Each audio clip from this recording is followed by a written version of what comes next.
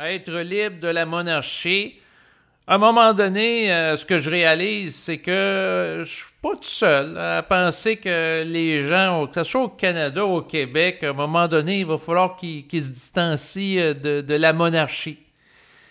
Et c'est sûr que ce qui m'apparaît évident commence pour certaines personnes apparaître comme étant quelque chose à considérer. C'est peut-être le changement de chiffre. Récemment, il y a eu le décès de la reine Élisabeth II, qui a été remplacée par le roi Charles III. Et je ne sais pas si ça réveille les gens là, en disant « Ah, il y a monarque. Puis là, ce qui est arrivé, c'est que suite aux élections québécoises lors de l'automne de l'année 2022, donc lorsque les députés ont été élus, eh bien, normalement, il y a une cérémonie d'assermentation. Et là, ce qui est arrivé, c'est que des membres du Parti québécois et également de Québec solidaire, donc deux formations politiques québécoises qui présentent des députés élus, qui ont refusé d'être assermentés en prêtant allégeance au roi Charles III, donc à l'Assemblée nationale. Et ils ont plutôt cherché à prêter allégeance au peuple québécois. Et lorsque j'ai entendu la nouvelle, eh bien, j'étais content. Pourquoi? Parce que vibratoirement, ce qui m'apparaît comme étant le plus intelligent, c'est que les membres du Parlement du Québec prêtent allégeance d'abord au peuple québécois, qui sont censés représenter, plutôt que de prêter allégeance là, à la royauté. Là. Donc, le concept de monarchie constitutionnelle qui nous lie en tant que peuple ici au Québec et Canadiens à des gens là, qui, pour des raisons de croyance, ont invoqué qui sont des êtres qui règnent de droit divin, parce que le concept de monarque qui a été véhiculé au fil du temps dans l'histoire de l'humanité, c'est souvent l'histoire de gens qui se disent être les représentants de Dieu sur terre, qui sont mandatés par Dieu.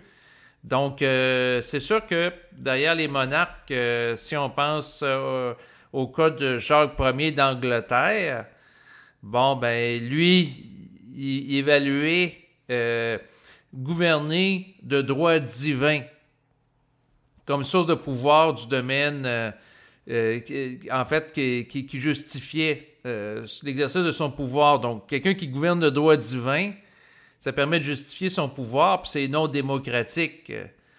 Donc, ça serait par le choix de Dieu. Tu sais, Dieu l'aurait choisi. Donc, qui régnerait avec la bénédiction divine, au nom de Dieu. Mais c'est sûr que derrière ça, la croyance en Dieu peut servir à manipuler des gens pour légitimer le pouvoir de certains sur certains autres, puis mettre en place du colonialisme ou des politiques qui vont amener des formes d'abus de pouvoir, d'autorité, d'ingérence dans le destin là, de certains peuples un peu partout sur Terre. Là. Donc, moi, c'est sûr que en tant qu'individu qui vit au Québec, ben, c'est sûr qu'à un moment donné, ça fait longtemps que je le pense, là, que la monarchie, il va falloir que, à quelque part, ça arrête. Dans le sens que ça fait plusieurs siècles, en fait, que pour des raisons historiques, on donne de l'importance à la monarchie au Canada et une monarchie constitutionnelle. À un moment donné, il va falloir que ça arrête. Et là, j'ai regardé qu'est-ce qui s'est passé là, par rapport à nos élus ici à l'Assemblée nationale qui ont refusé de prêter allégeance là, au roi Charles III, donc le successeur d'Élisabeth II. Et par la suite, ça a eu des échos également là, par rapport au Parlement du Canada. Et le Bloc québécois a voulu faire adopter une motion pour qu'il y ait une distance par rapport à la monarchie. Naturellement, les autres partis politiques ont fait en sorte que ça n'a pas été adopté. Mais à un moment donné, tôt ou tard, il devrait y avoir une séparation là, par rapport à tout ce qui est la structure monarchique et les élus. Là.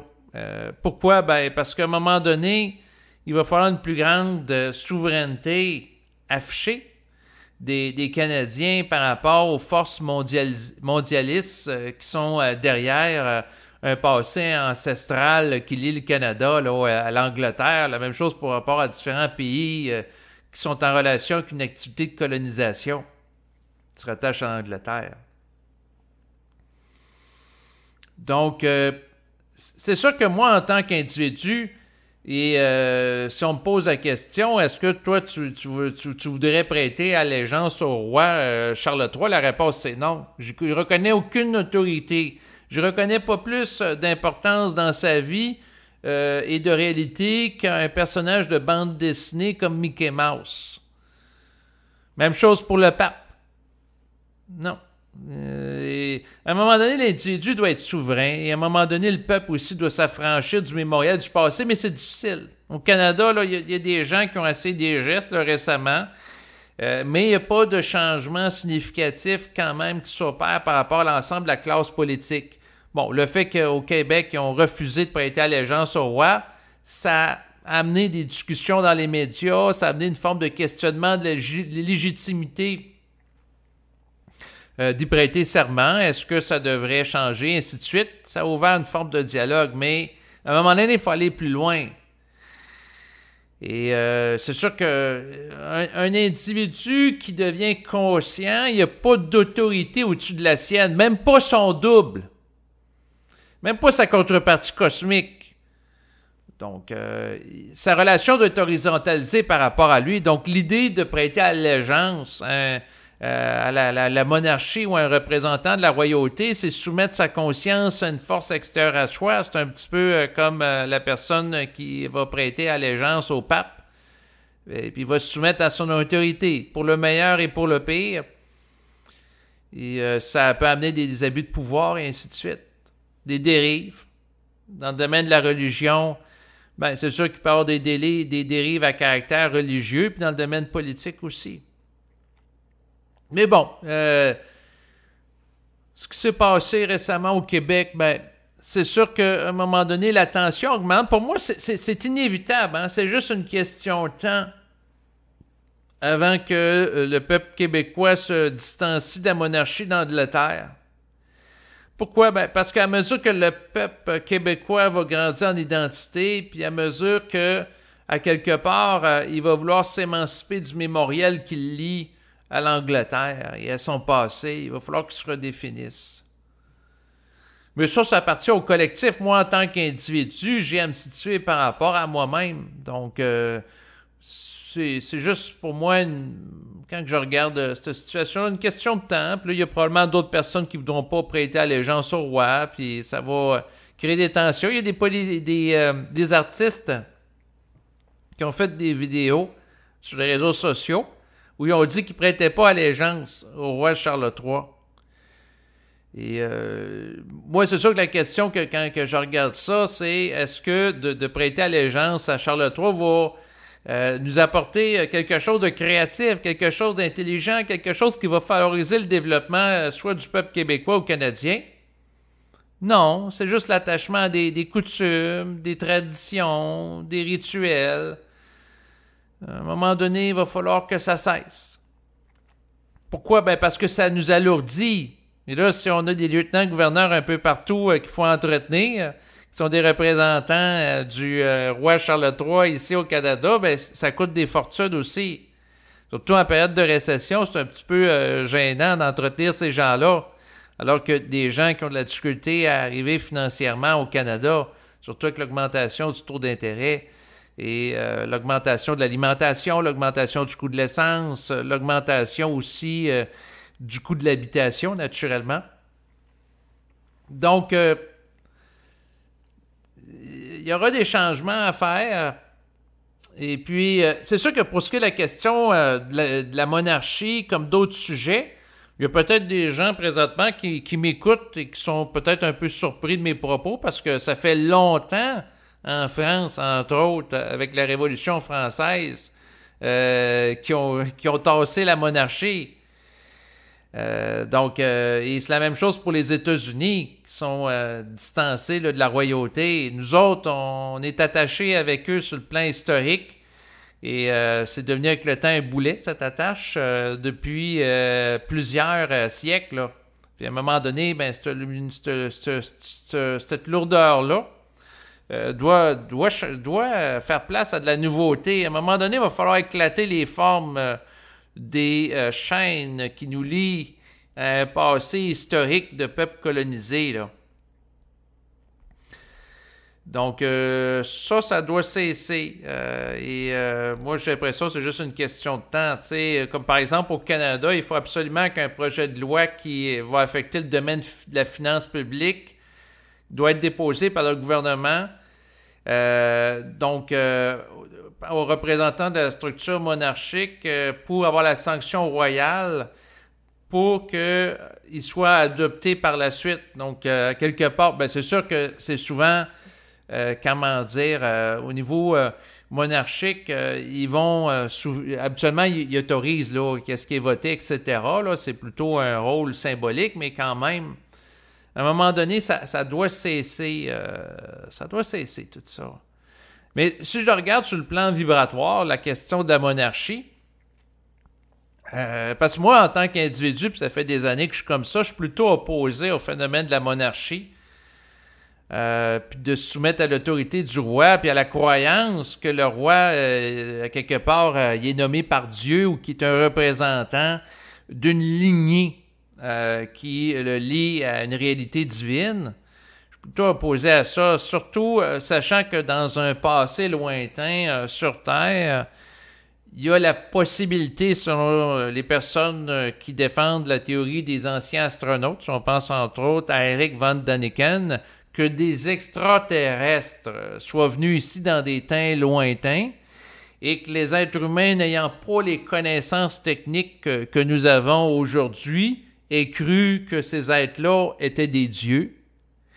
Et à ce moment-là, l'une des possibilités, un des scénarios qu'il faut quand même prendre la peine de considérer, ne serait-ce que sur le plan hypothétique, c'est la possibilité que des êtres dans un temps lointain, si on pense aux propos de Zaccharia Sitchin en relation avec les Anunnakis, auraient utilisé des êtres humains sur Terre pour faire le sale travail que les extraterrestres n'auraient pas voulu faire, comme exploiter là, des mines là, pour aller creuser aller chercher de l'or, en fait, ou d'autres métaux. Donc, un peu comme aujourd'hui, il y a des gens qui sont pauvres et qui vont travailler dans les mines à leur sueur de leur front. Autrefois, c'était des esclaves, mais bon, autant des extraterrestres, c'était probablement des êtres humains. Et là, un des scénarios possibles, c'est que dans des temps lointains, les êtres humains ont cru comme étant des dieux parmi la population, ben, ils ont nommé certains individus pour gérer des tribus, gérer des groupes. Et ces êtres-là qui étaient nommés par ces êtres à caractère cosmique, eh bien, ont pu être interprétés comme étant des rois qui règnent de droit divin, c'est-à-dire d'un droit qui leur provient d'une relation privilégiée avec des envahisseurs du cosmos. C'est une hypothèse que je fais. Là. Il y a plusieurs, c'est sûr, hypothèses là, en relation avec la notion de droit divin, jusqu'où ça peut remonter au fil des millénaires. Mais l'une des hypothèses que je prends particulièrement en considération, c'est celle que dans un passé lointain, des êtres humains mystifiés par des êtres dotés d'une technologie qu'ils n'ont pas, sont soumis à eux. Et parmi les êtres humains, ceux qui étaient nommés, un peu comme aujourd'hui, on va nommer des gens pour gérer des entreprises, des organisations. Bon, ben ces gens-là qui étaient nommés dans la chaîne de commandement hiérarchique qui servait à gouverner des individus sur Terre, bon, ben ces gens-là ont pu être vus comme étant des gens qui régnaient de droit divin. Mais en réalité, c'était tout simplement, ça pouvait être tout simplement aussi banal en termes de possibilités que ce soit des sous-traitants d'êtres extraterrestres, là. Donc, c'est une possibilité. Puis là, à ce moment-là, ces gens-là, on leur a donné une importance. Ils ont eu des châteaux. Ils ont cherché à étendre leur pouvoir un peu partout dans le monde. Ils ont eu des esclaves aussi. Et c'est sûr qu'il peut y avoir une espèce de syndrome de Stockholm qui a pu se produire dans le sens d'un passé lointain. Tu as des êtres extraterrestres que les êtres humains interprètent comme des dieux, donc ils se soumettent à eux et ils ont pu réduire une partie de l'humanité à l'esclavage. À un moment donné, les extraterrestres, ben, ils sont repartis ou ils sont un peu plus discrets. Et là, il y a d'autres êtres humains qui reproduisent les mêmes comportements de domination qu'on subit, mais avec d'autres êtres humains, ce qui fait en sorte que tu as des êtres humains qui en réduisent d'autres à l'état d'esclavage et qui créent des colonies.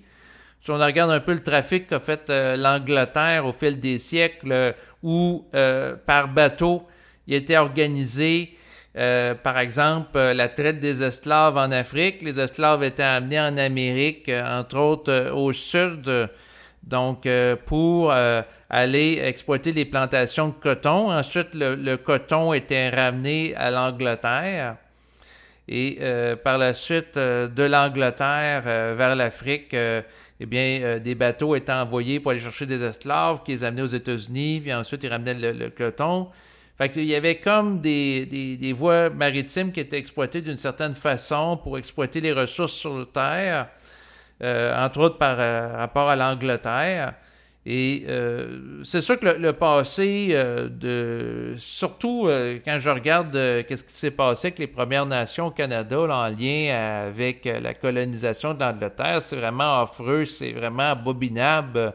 Certains ont parlé pour décrire la situation de génocide culturel qui s'est produit notamment avec les pensionnats ici au Canada dans l'optique d'assimiler les gens des Premières Nations, où il y aurait eu des gens qui seraient naturellement morts, victimes de violences, agressions sexuelles et autres, là. Donc, le passé de peuples colonisés au Canada est traumatique. Et à un moment donné, il faut s'épurer de ces mémoires-là. Et il faut sortir de cette dynamique-là. Donc, moi, tu sais, il y a des gens qui vont acheter des revues là, sur la famille royale, le roi Charles qui a été nommé roi. Là, c'est un phénomène récent sur le plan historique. C'est quand même en 2022. Là, il y a des vidéos, il y a des... Non, moi, je suis pas ça. Tu sais, il y a quelques années, c'était à la mode avec la princesse Diana. Elle était très photogénique et là, elle faisait souvent la une des hebdomadaires ici au Québec. Mais non, ça m'intéresse pas. C'est sûr que, bon, il faut un minimum de culture. Il faut savoir c'est qui le roi d'Angleterre, mais ça se limite à ça. Je reconnais pas plus d'autorité ou d'importance. Mais si je me détache un peu de la personne que je suis aujourd'hui et je regarde le phénomène de la monarchie d'une perspective un peu plus impersonnelle, au-delà de mon ego, vibratoirement parlant, ce qui est intelligent à faire, c'est de donner de l'importance à un mouvement qui est porteur d'une vibration plus grande. Dans ce que je perçois dans le ici et maintenant, c'est plus intelligent que les dirigeants du Québec prêtent allégeance au peuple qu'au monarque. Tu sais, vibratoirement parlant, de ce que je perçois, ça se tient plus. Mais c'est sûr que si c'était un monarque de droit divin dans un sens réel, ou que la personne qui serait la monarque aurait une vibration plus haute que d'autres systèmes, que ce soit une démocratie conventionnelle, que ce soit une forme de dictature ou une plutocratie ou peu importe, ben, je serais obligé de reconnaître que c'est la forme la plus intelligente. Donc, au niveau supramental, si je peux dire, la forme la plus intelligente de gouvernance en relation avec un peuple, c'est celle qui va véhiculer une vibration qui est plus élevée et créative. Dans certains cas, ça peut être une démocratie. Dans certains cas, ça peut être une aristocratie. Donc, entre guillemets, les individus qui sont censés être les meilleurs d'une société dirigent. Dans certains cas aussi, ça peut être une monarchie. Donc, vibratoirement parlant, il faut pas être strict et rigide. C'est-à-dire qu'il y a quelques jours, bon, ce que je vous parle aujourd'hui, je l'ai comme laissé mijoter en moi depuis un certain nombre de jours. Et à la base, ma réaction, c'était, bon, la monarchie, il faut que ça cesse au Québec. Puis ça, par rapport à ce que je capte, c'était comme clair. Puis à un moment donné, ça me dit intérieurement, ouais, mais la monarchie, dans un sens absolu, sur le plan historique, ça a déjà eu du bon dans le passé. Ça a déjà servi des choses. Mais c'est une forme. Tu sais, c'est une forme d'organisation politique. Puis il y a des cycles. C'est-à-dire qu'à un moment donné, ça se peut que la démocratie soit la forme la plus ajustée, parce que le taux vibratoire du peuple est plus élevé que la classe de l'élite économique ou l'élite intellectuelle, et aussi de la classe de la monarchie, des rois, des reines.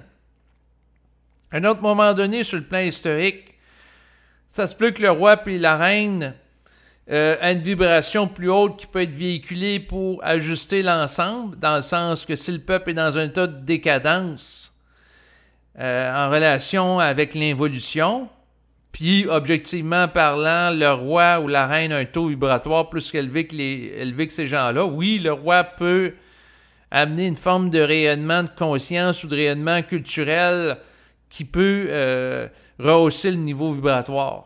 Mais ça peut être aussi qu'à un moment donné, c'est plus la classe des propriétaires d'entreprises qui, à ce moment-là, vont rehausser le niveau en amenant des nouvelles inventions sur le plan technique qui vont faciliter la vie des gens, en amenant aussi peut-être le peuple, en lui donnant accès à certains moyens. Dans le meilleur des cas, en fait, il ne faut pas rêver à couleur. Là. C'est sûr, c'est une classe économique, c'est souvent des gens capitalistes, donc ils ne sont pas dans l'amour inconditionnel, c'est pas des gens très altruistes ou dans le bénévolat.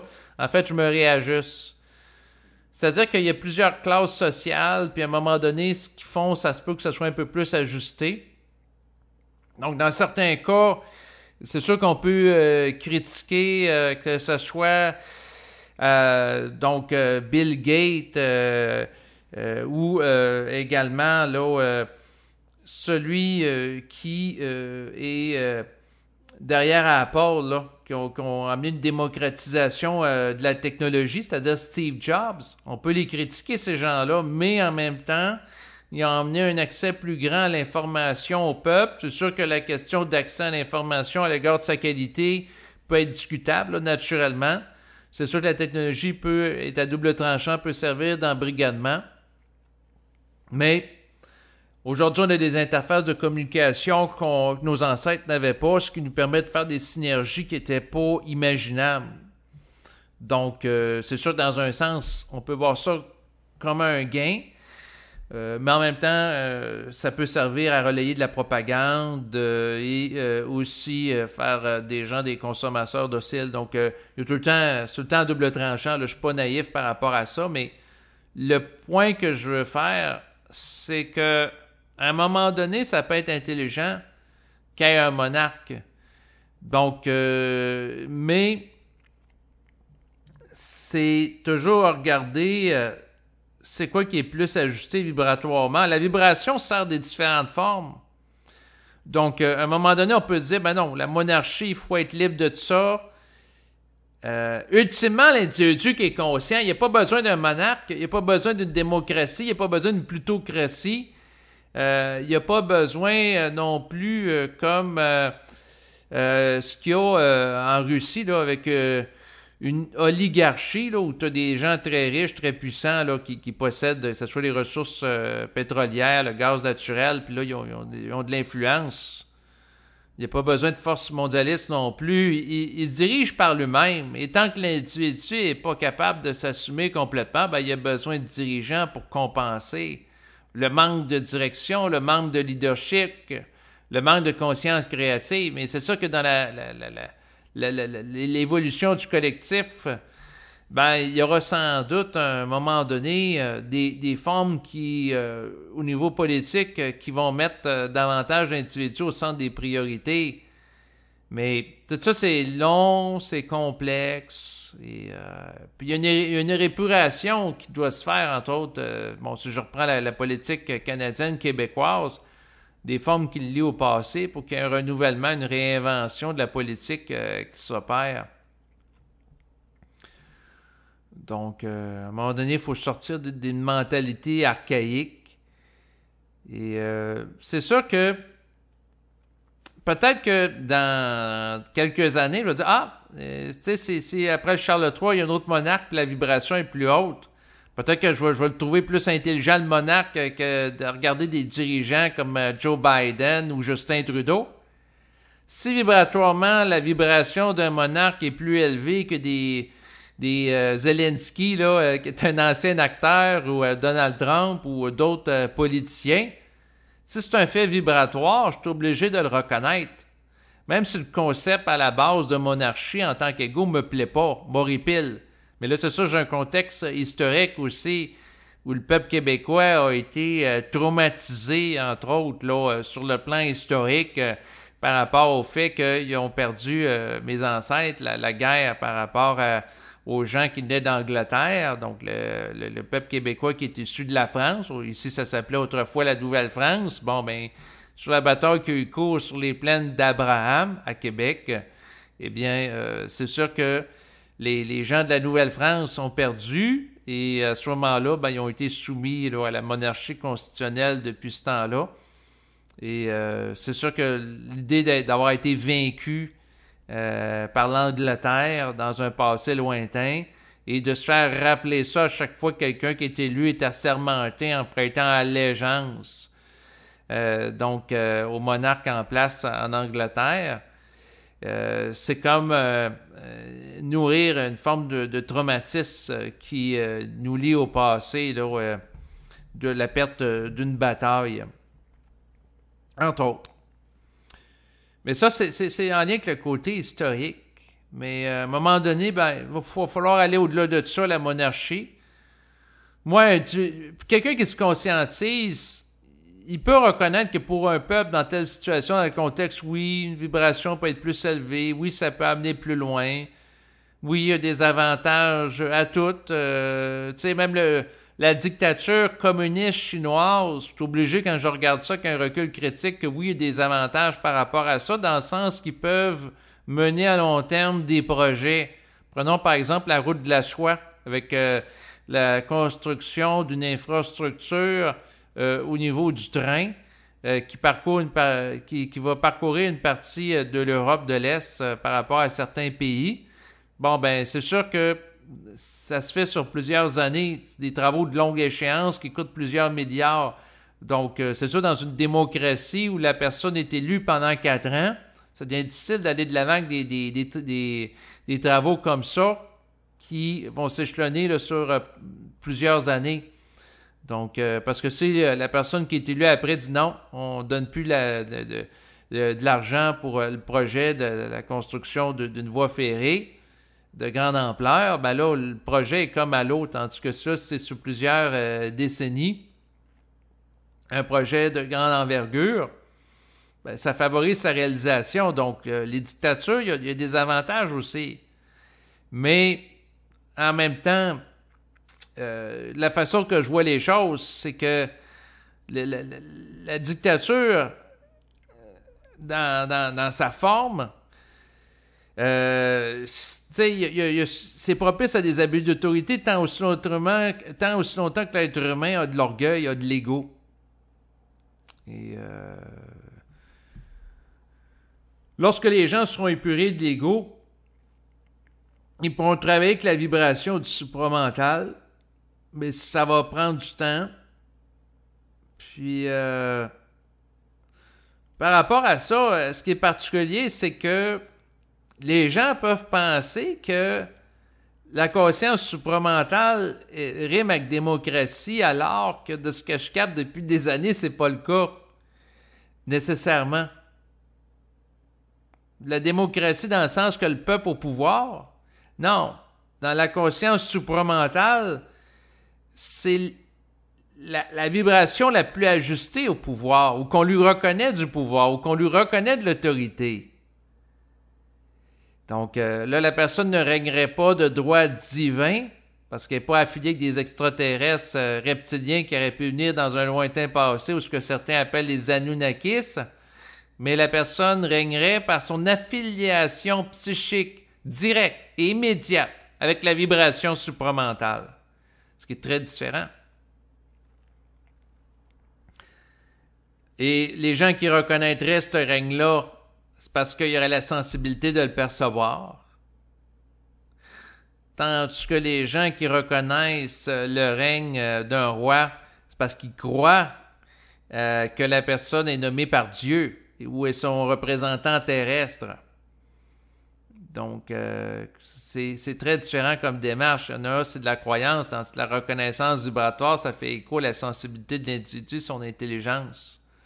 Donc, c'est sûr que si un gars, par exemple, comme Bernard de Montréal, qui est venu au Québec, ici, parler de conscience supramentale, serait présenté aux élections, ou si on aurait dit, suite au décès d'Élisabeth II, ça va être Bernard de Montréal III qui va la remplacer, ah ben là, je serais content. Probablement que je serais devenu loyaliste et monarchiste. Et je voudrais prêter allégeance à lui. En tout cas, plus qu'à Charles III. Encore plus qu'à Justin Trudeau. Justin Trudeau me fait penser à un clown. Tu sais, lui, c'est un professeur d'art dramatique. Et en Ukraine, présentement, on a Zelensky, qui est un acteur. Et aux États-Unis, on a eu Donald Trump, qui était l'animateur d'une émission de télévision populaire, The Apprentice. Donc, ces gens-là qui sont du milieu du spectacle, de la télévision, c'est sûr qu'ils sont capables de générer des émotions auprès de la foule, de la populace, de la masse. Ils sont capables de...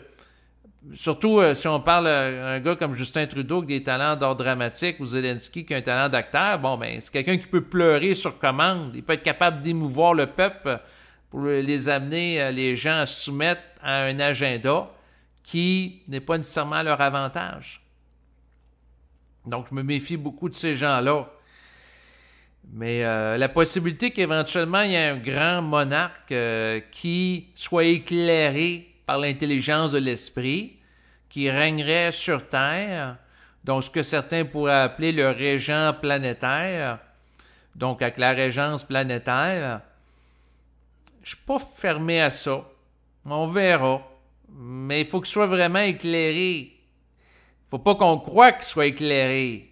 Mais il faut qu'il le soit réellement, que ça se perçoive vibratoirement. À un moment donné, si quelqu'un comme ça arrive sur la place publique, bien, on pourra le prendre en considération. Mais je pense pas que ça soit pour demain matin. De toute façon, j'attends pas pour ça pour vivre. Ce qui est fondamental dans ma vie, pour être bien dans ma peau, c'est d'être souverain dans ma conscience. Puis de regarder la joute politique qui se passe présentement avec le changement de chiffre, passage d'Élisabeth II au roi Charles III, comme étant tout simplement la continuité d'un mémorial qui cherche à se réaviver par rapport à certaines forces à caractère mondialiste et tentaculaire. Parce que l'Empire d'Angleterre, avec ses nombreuses colonies, ils ont eu des colonies en Afrique, ils ont des colonies, c'est sûr, en Amérique du Nord. Ensuite, il y a eu d'autres pays là, qui ont été, que ce soit Hong Kong ou d'autres pays un peu partout là, qui ont été colonisés par eux. Là. Ben, tu sais, Hong Kong comme pays, en fait, c'est une partie de la Chine. Là. Mais je veux dire, ils ont été un peu partout dans le monde, dans un esprit de colonisation. Donc, c'est sûr que par rapport à eux, c'est derrière le phénomène de la royauté, il y a des forces qui cherchent à se maintenir et il y a des forces qui cherchent à mettre fin à ça pour qu'il y ait un renouveau. Donc, il y a la mémoire ancienne qui résiste, qui cherche à amener les gens dans un ordre défini relatif à un passé, puis là, il y a des gens qui cherchent à amener du nouveau. Et probablement que c'est le nouveau qui va venir avec le temps, étant donné qu'à quelque part, l'intelligence créative est plus forte que le mémoriel. Donc, la nouveauté, c'est juste une question va prendre le pas sur l'ancien. Mais il y aura toujours des forces retardataires qui vont chercher à garder l'ancien le plus longtemps possible au pouvoir. Ce qui fait en sorte que là, présentement, il y a eu une bataille qui a été perdue par le Bloc québécois, dans le sens que la question de la sermentation au roi va perdurer. Donc, les liens avec la monarchie perdurent. Donc, c'est ce qu'on a appris en ce mois d'octobre 2022, mais c'est pas parce qu'il y a une perte à ce niveau-là qu'à long terme, les choses ne changeront pas. Ça sommet quand même le germe d'une forme de réflexion au sein de la population. Et ça m'a amené à parler et à faire cette capsule. Donc, écoutez, je vous remercie tout le monde de votre écoute et je salue tous les gens qui sont souverains dans leur conscience, qui ne se laissent pas relativiser par les monarques, par les croyances à des politiciens, à des oligarques, à des multimillionnaires excentriques pour changer le monde. L'important, c'est de rayonner de sa propre conscience. Bon, c'est vrai, là, j'arrête de parler. Bye bye.